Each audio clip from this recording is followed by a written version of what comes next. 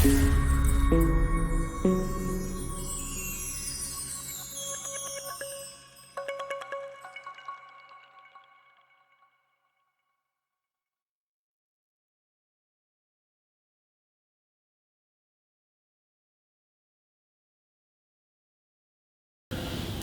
everyone.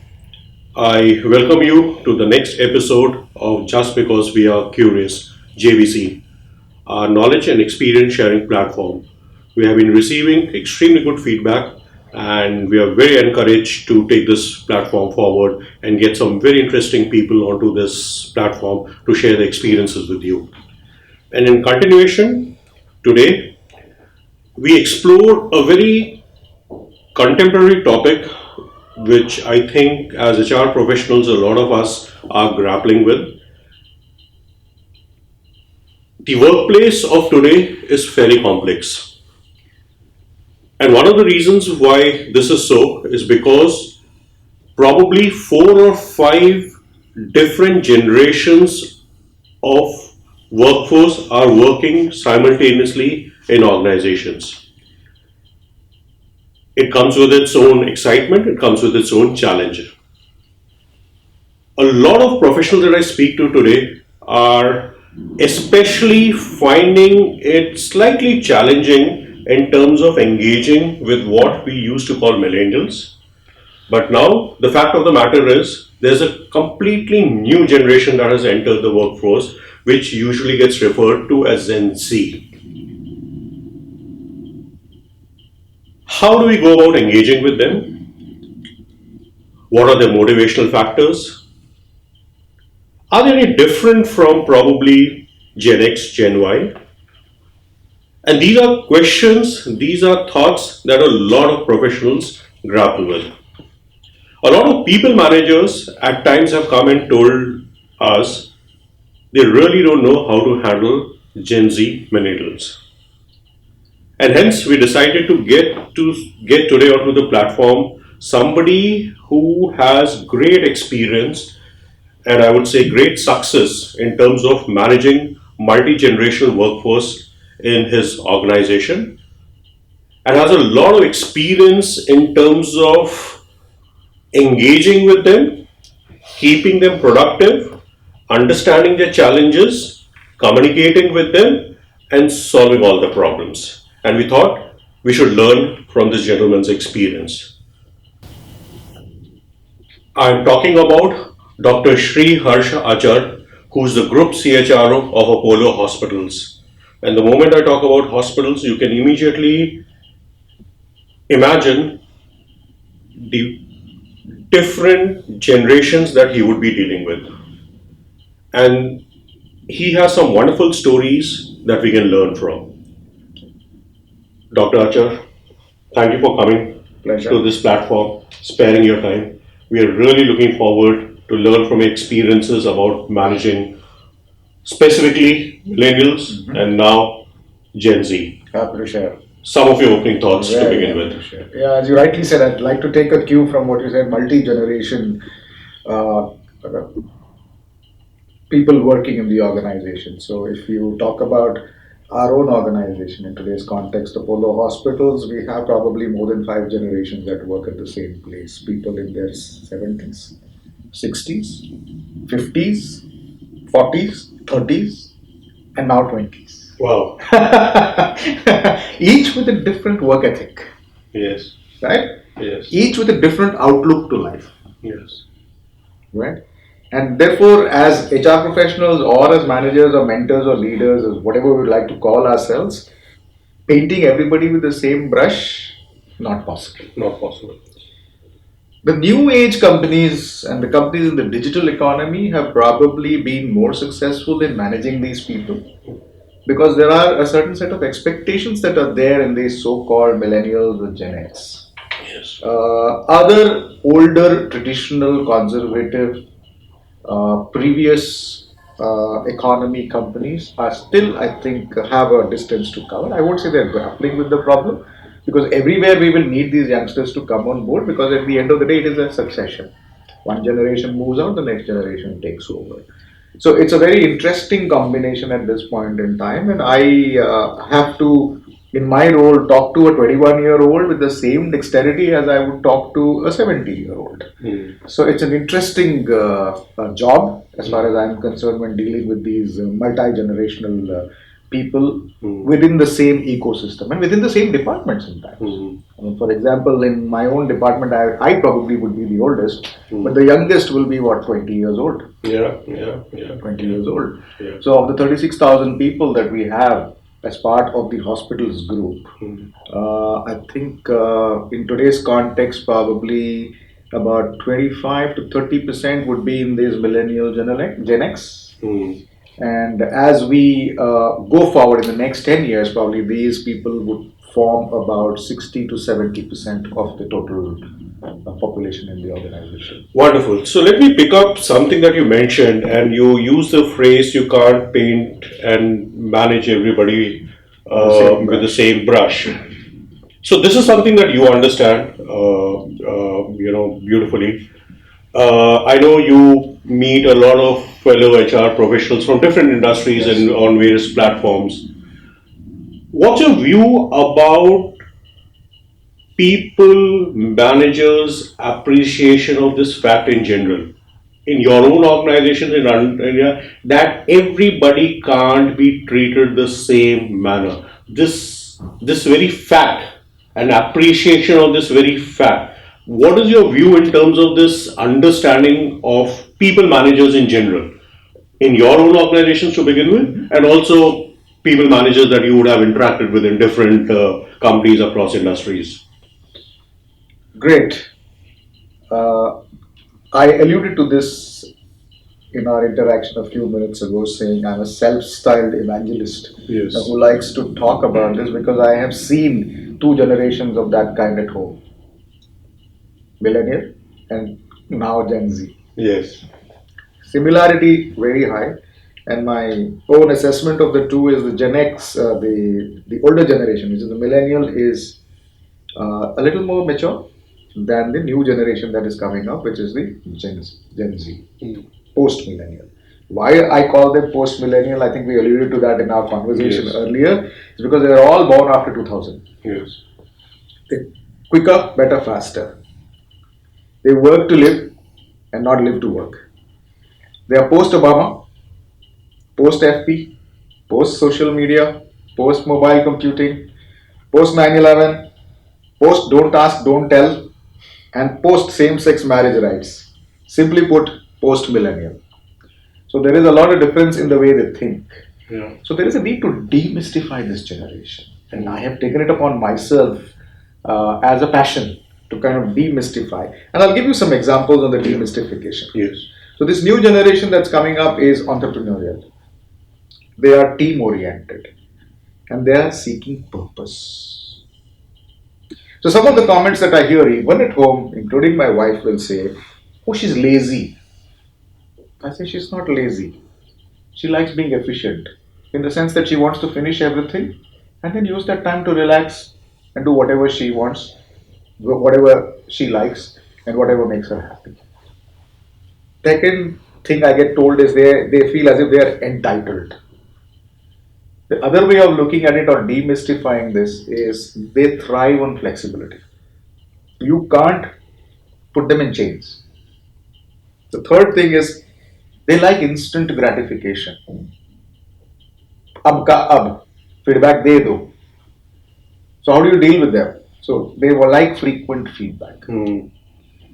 One of the other things that I've been listening to both at the family functions as well as the social functions as well as official other engagements is these people are disrespectful. They are not disrespectful in my view. One has to earn their respect because they think completely differently. So respect is not commanded by position. No. Yesterday's generation was forced to do namaste or peripana. Today's generation is yo bro. So the older generation has to accept that yo bro and peripana is the same. So the onus is on the older generation and not on the newer generation. That's my view. Yeah. Fair. Now somebody else was telling me yesterday in HR you have to be liberal in terms of thinking. I said this is liberal thinking. And the last thing is, my wife also says this, is distracting. They're not distracted. They leverage technology 24 by 7. What they have in their ears is telling them everything about the world that took us 55 years to learn. For them, they've learned it in 5 years. Because information is king as far as they are concerned. They are wired. They know everything that is happening in the world. Even before it happens, perhaps they know some things that are likely to happen. So that's the generation. So how do you manage this generation? So you can't be managing this generation by being a manager. So some of the things that I had noted down is that every manager has to be a leader if he has to manage this. You cannot micromanage. ऐसे ही करना है, वैसे ही करना है. नहीं, मैं जो करूँगा वो करूँगा. And I can give you an example. In fact, in one of the situations, we had to devise a report, and that report used to take about 1 hour after computing. So this guy comes along, 21-year-old Excel specialist. He says, "Give me 5 days, and I'll reduce that time by half." He came back, and now the report is generated in 5 minutes. That's the creative thinking. How do you uh, harness that? You cannot be a wet blanket. You can't smother them. They have to be let free. You have to talk to them eye to eye. They're very, very clear about body language, and they will talk to you eye to eye. They like fast decisions. बैठे रहोगे decisions पे, then they'll get frustrated. Regular feedback. ठीक कर रहे हो तो ठीक कर रहे हो बोलो. नहीं ठीक कर रहे हो तो बोलो ये नहीं ठीक कर रहे हो, उसको ऐसे ठीक करो. They're willing to learn. Offer flexibility. You want them to punch in at 8:30 and then punch out at 12:30 for lunch and again punch in at 2:30 and then punch out at 6:30. नहीं चलेगा. Wherever they are, they can punch in. Anyway, you can geotag the phones in today's context. Technology is available. Yeah. So give them the freedom and flexibility. You can't be forcing them to work from this time to this time like the older generations. They are of the same generation that 20 years ago the software engineers used to say, creativity रात को आती है. जब आती है हम काम कर लेंगे. Correct? And finally, you have to work with them. ताल से ताल मिला. So obviously, listening to your list in terms of the way you have sort of highlighted some of the traits, I'm sure this is coming from your own personal experiences, Yes. and we'll at some point of our conversation want to dwell on certain specific examples Sure. of highlighting these particular traits. But before we come to that,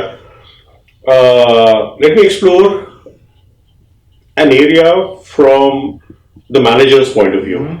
What are some of the frustrations that managers come and tell you that I am just not able to get through to this person? And what is it that they are not able to deal with about this specific generation?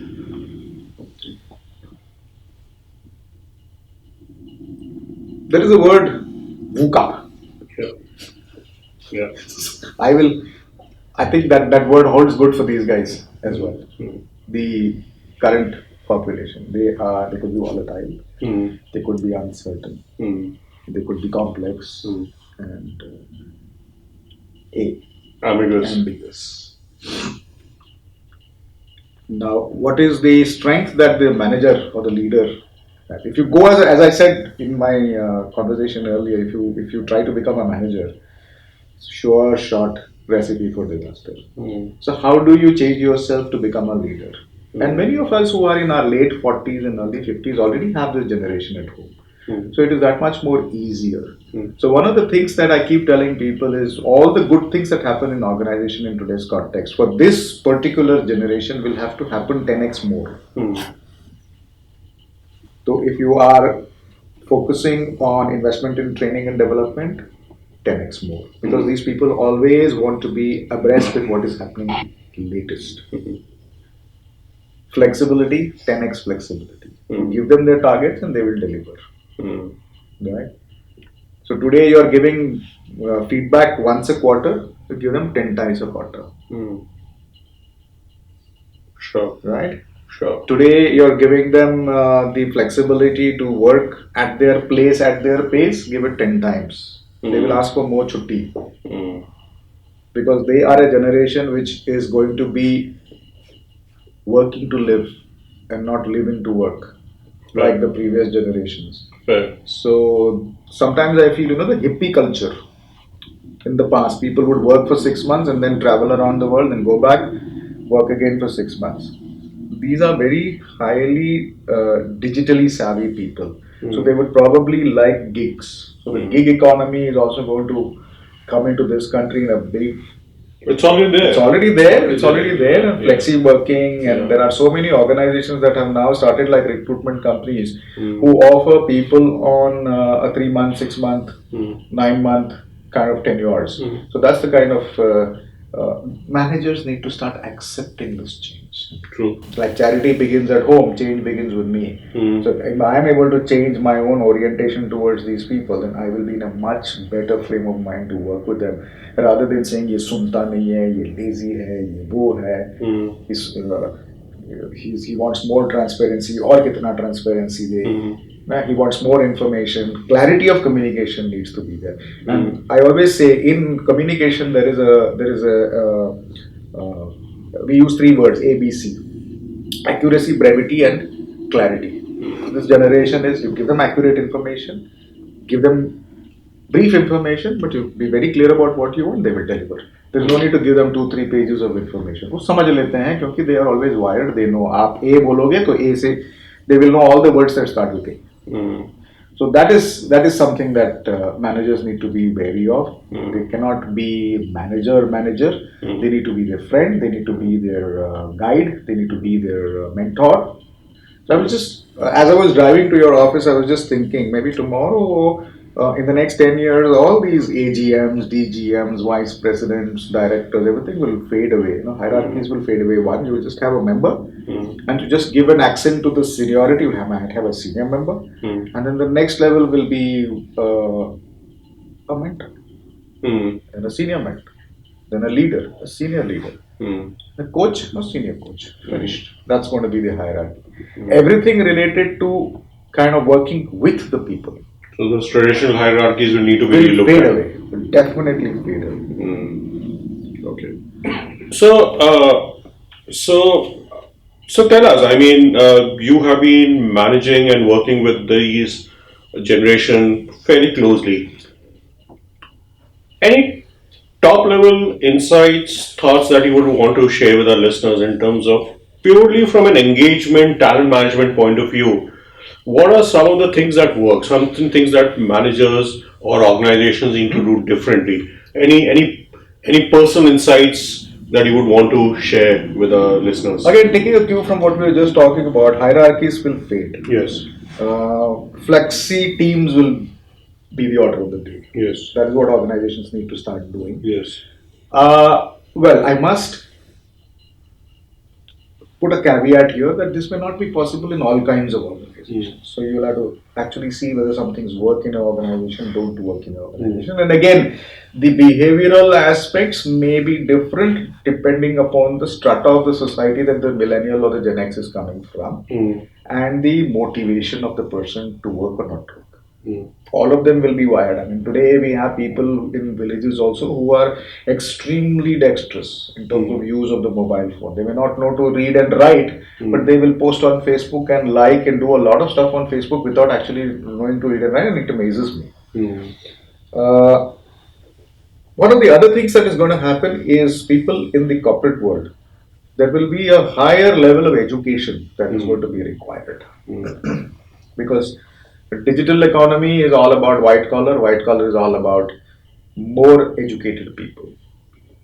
The smart machines which are there will get smarter. So digital dexterity in terms of use of that technology, harnessing of that technology will be premium. But one of the fundamental ideologies of this generation is they have a purpose and a passion. So any organization that they work for needs to have a higher level purpose. Otherwise, they will not be able to identify with it. I've seen that at home, happening at home. I mean, she's more concerned about plastic, and you will be surprised. Anything plastic is banned in our house. I can't bring anything which is of plastic, whether it's plastic spoons, which we use for the disposable stuff, whether it is plates, or even water bottles, she has stopped. She's brought glasses, she's brought glass bottles, and says, "Isko bhar ke rakho, sabko do." The convenience of having that chota bottle in the refrigerator and drinking 100 ml at any point in time is gone. And it is a little inconvenient, but that's the order. And you see that in the larger ecosystem, in the larger population? 100%. All their friends say.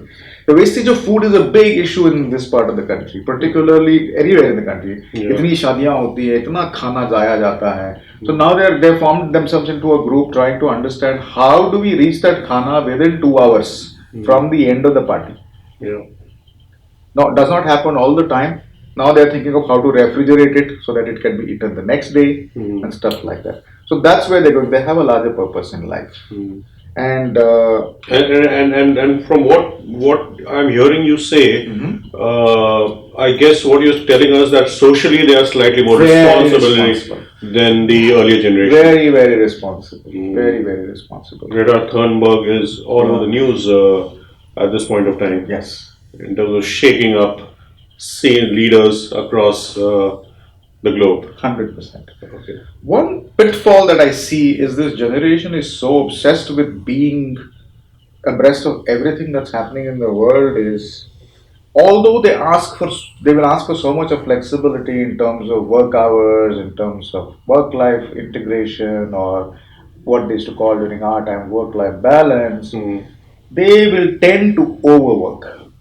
That's one of the things that's constantly going on in my mind. They will overwork to remain relevant.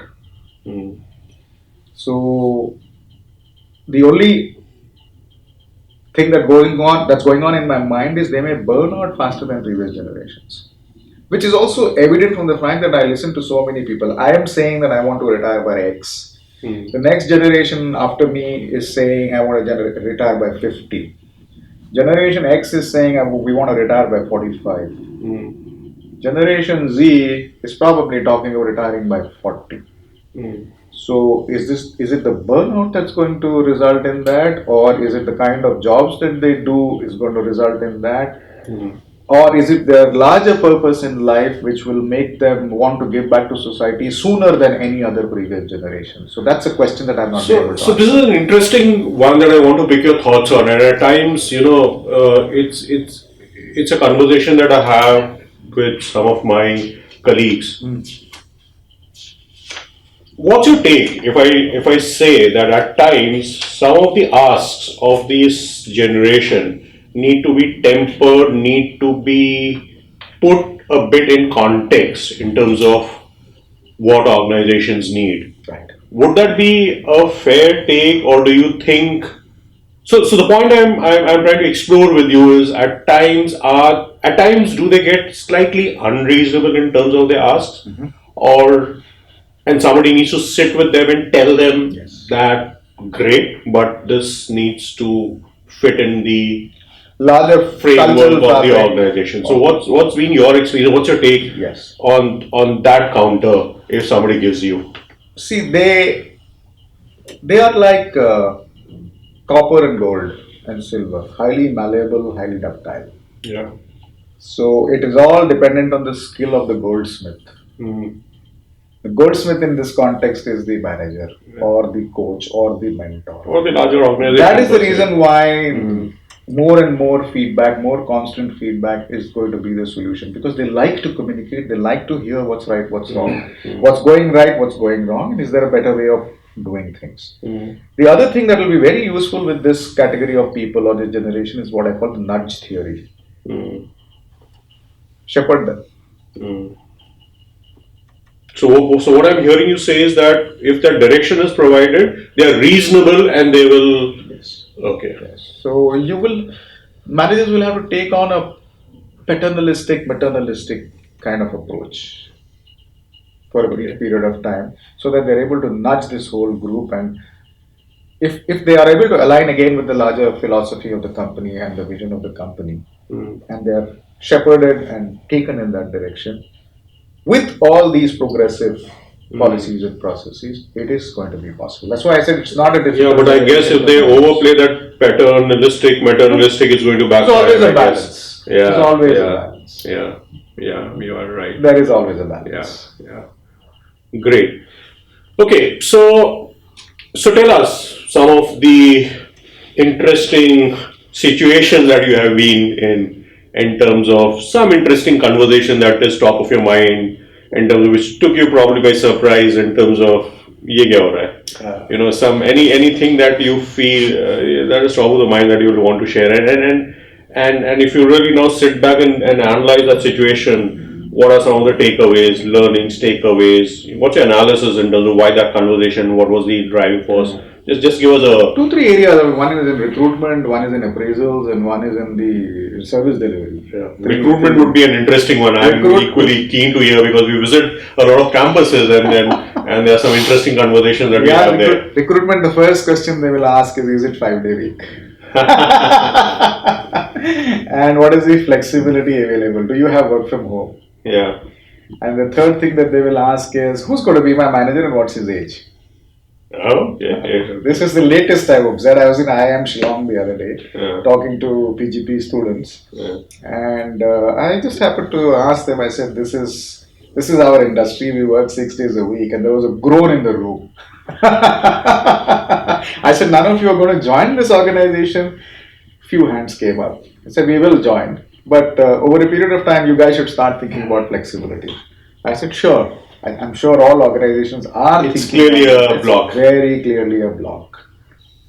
But they're all interestingly very clued in with the what do you call the mission of the mission vision of the company. I mean, our chairman says touching 1 billion lives. Yeah. So they understand that Apollo as a group of hospitals wants to reach out to the 1 billion people population in the country. So that's the larger vision, making a difference to people's lives. So those are the kinds of And that is what you see excites them. absolutely excites them. Absolutely excites them. They said we want to be part of that journey, which will also help us take healthcare to the remotest corners of the country. So that's an example on the recruitment side. On the appraisal side, मुझे ये rating क्यों दिया गया है? So if you have a 3 or 5 point rating scale, he's not below average, he's not poor.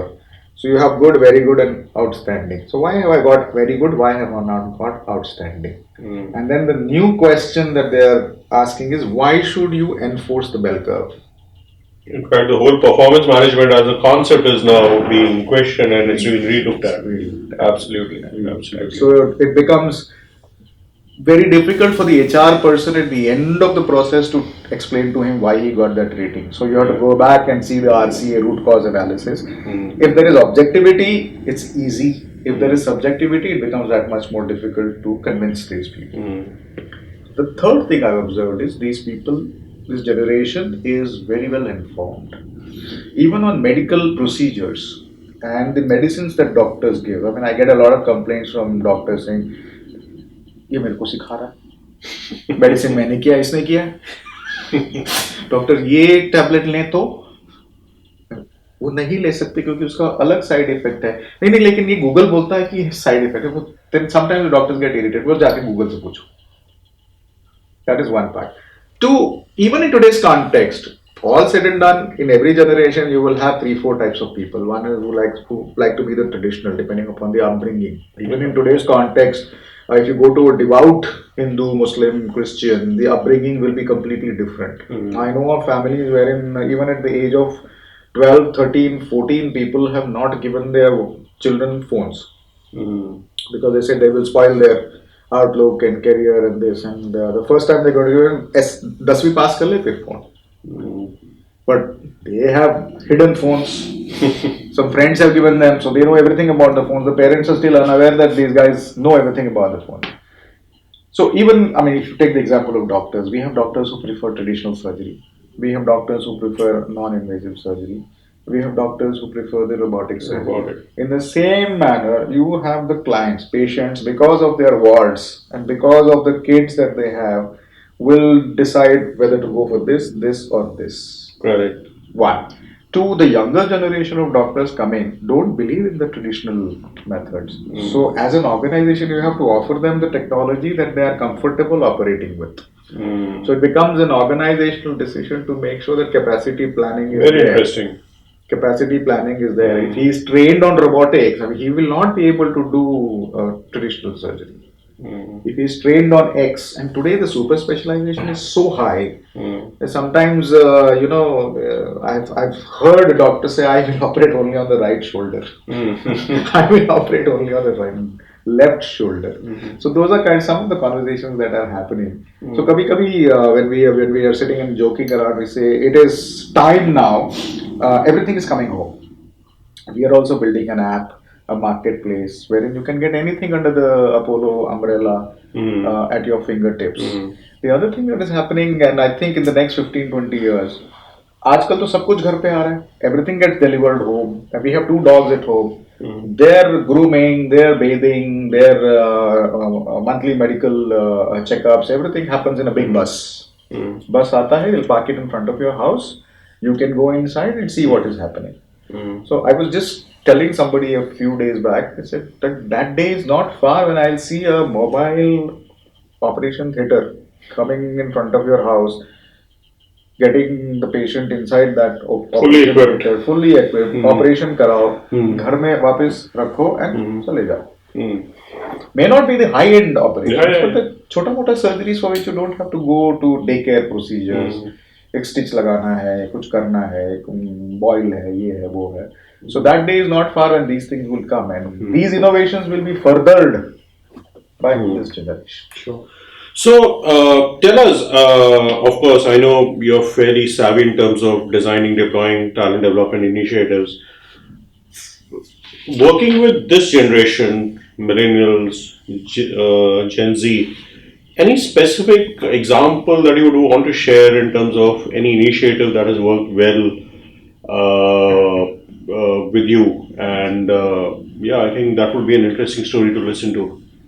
I would put it in this manner. See, every organization, right from the days I used to be a youngster and I had certain dreams in the way I wanted to be treated and I wanted to be looked at as an employee. I've seen that continue.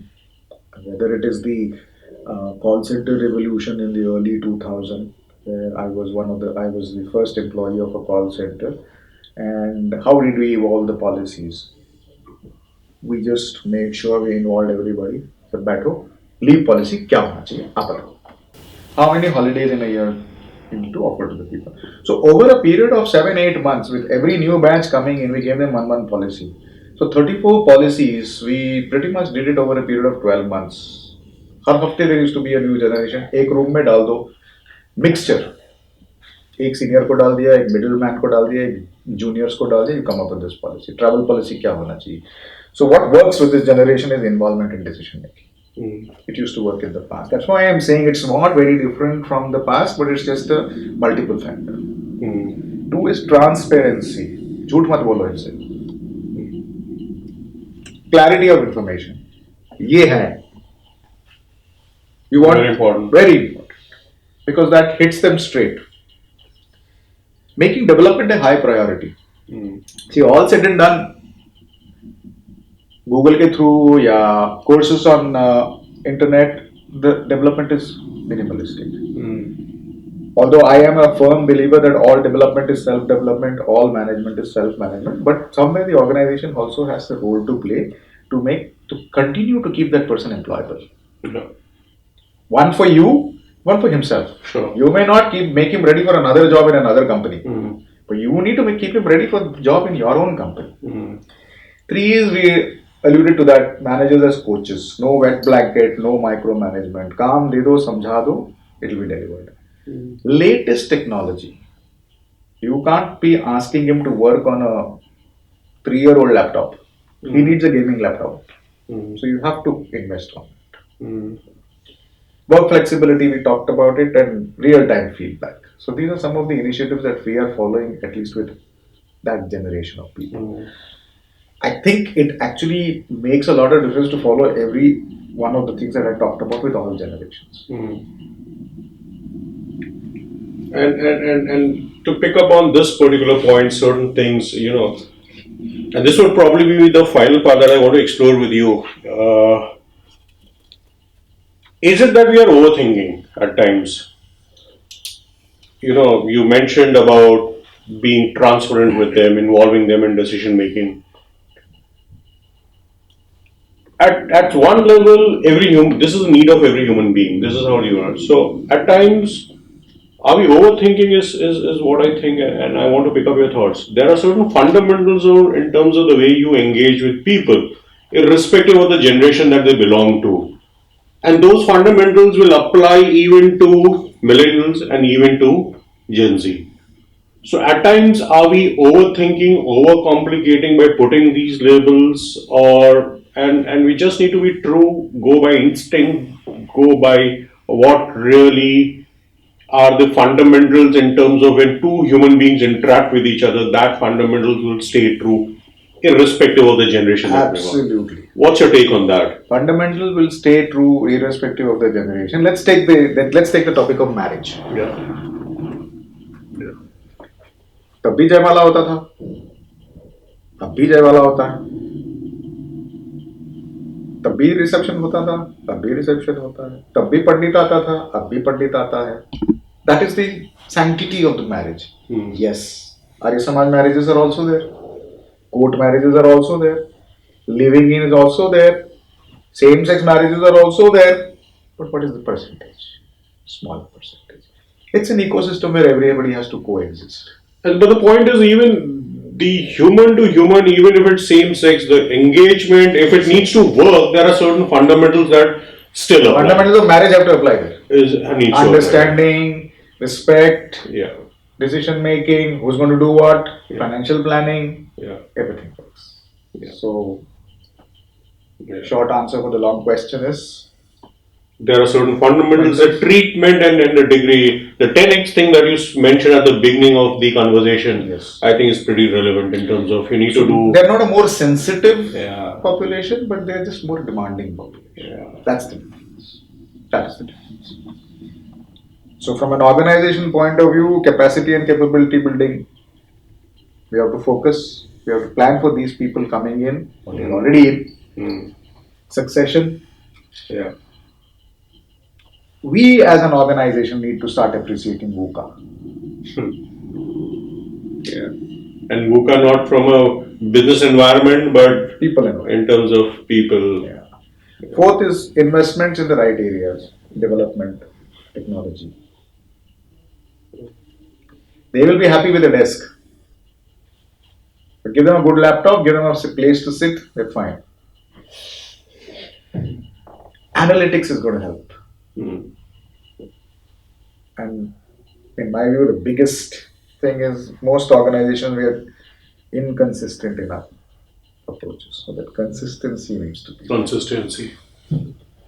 Wonderful. So one of the remarks I've seen in one of the appraisals is consistently inconsistent. करता है लेकिन sporadic.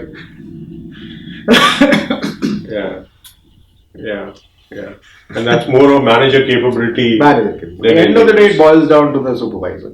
Because whoever it is, I mean, when you were young or I was young, the first person I used to look up to is manager. Team leader was God. छुट्टी वही sanction करता है, appraisal वही करता है, increment भी वही दिलवाता है.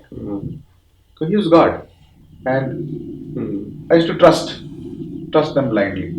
But in today's context, what has happened is trust also has become, every time you have an interaction or a transaction, that trust has to be displayed. It's not something एक बारी आँख बंद के lifetime trust हो गया, ना जी ना. Wonderful. Thank you, Doctor. I think this has been a fascinating conversation to say the least. And what I realize and gather is that there are certain fundamentals which always will be stay true: respect, communication, involvement. There are certain fundamentals which will always stay true irrespective of the generation. The key is in terms of understanding what motivates them, what drives them, what their point of view about life in general is, and then accordingly fine-tuned in terms of the way you engage. Decide which stroke for which folk. Yeah. So thank you once again. Pleasure. I'm sure wonderful. Our listeners would have benefited immensely. Thank you for taking time out. Till the next episode of JBC. Thank you once again. Cheers. Bye. Pleasure.